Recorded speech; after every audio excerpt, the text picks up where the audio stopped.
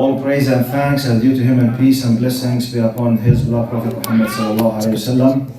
He who is guided by the will of Allah, no one can misguide him, and he who's misguided, no one can guide him except Allah subhanahu wa ta'ala.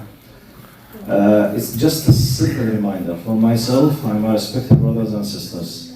Prophet Muhammad sallallahu alaihi wasallam says in a very beautiful hadith, قال أرأيتم لو أن نهرا بباب أحدكم يغتسل منه 5 مرات في اليوم والليلة أيبقى من درنه شيء؟ قالوا لا يا رسول الله. قال فذاك مثل الصلوات الخمس يطهر الله بهن الخطايا. It's a very beautiful hadith, very beautiful, and it contains a very beautiful message for us.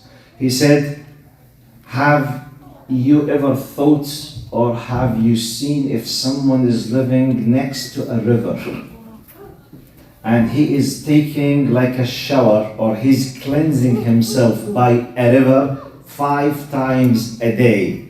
Do you think any kind of dirtiness, any kind will be remained on his body? The companions, Sahaba, said, no, Ya Rasulullah. You can imagine someone who's taking a shower 5 times a day. He will be really very clean. He said, if someone is doing that, any kind of dirty will be remained? They said, no, Ya Rasulullah. He said, this is exactly the likeness or the resemble of the 5 prayers that you pray every time. Allah subhanahu wa ta'ala will cleanse your sins by the 5 prayers. I know this is not something new. I myself need to remind myself, we need to remind ourselves with the following: to keep as much as we can doing our best to pray the jama'ah and to pray on time with our families.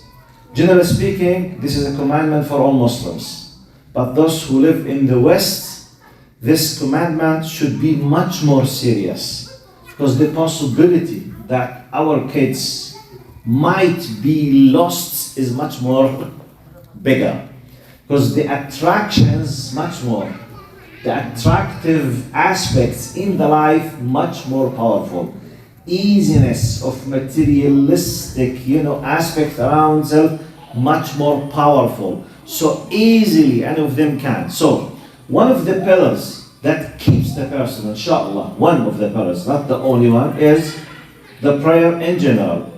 Praying jama'ah, much more powerful. And in specific, let the criteria to keep testing yourself to what degree you are doing your best is Salatul Fajr jama'ah.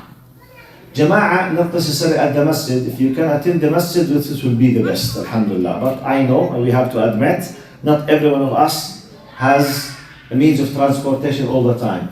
Not all of us, we have cars. Even if we have a car, maybe we live a little bit far. But at least you can pray jama'ah at home with your family.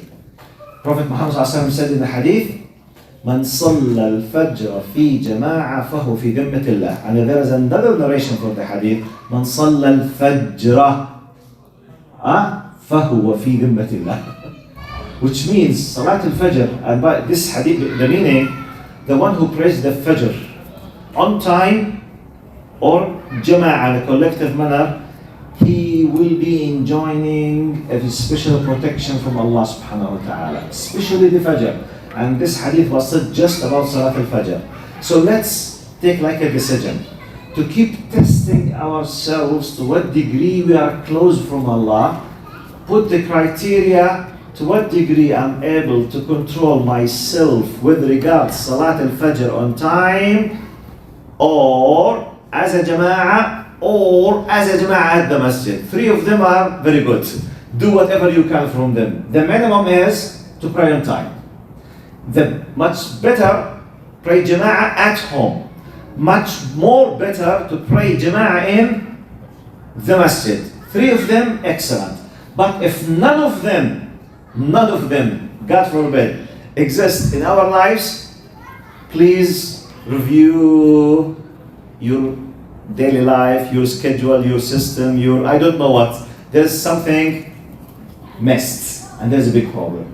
So let's start from here. May Allah subhanahu wa ta'ala accept from all of us. Jazakumullahu khair. Assalamu alaikum wa rahmatullahi.